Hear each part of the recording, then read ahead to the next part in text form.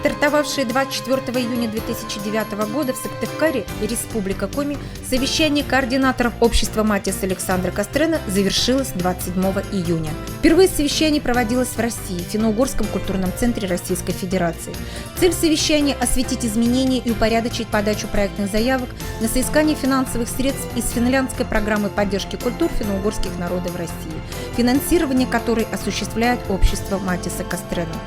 Координаторы встретились с министром иностранной политики Республики Коми Валерием Коробовым, представителями Министерства культуры Республики Коми, межрегионального общественного движения Коми-Войтер, республиканских учреждений культур и искусства, общественных организаций и СМИ. 25 июня в Финно-Угорском культурном центре России собрались представители учреждений культуры, руководители отделов культуры муниципалитетов и общественные деятели.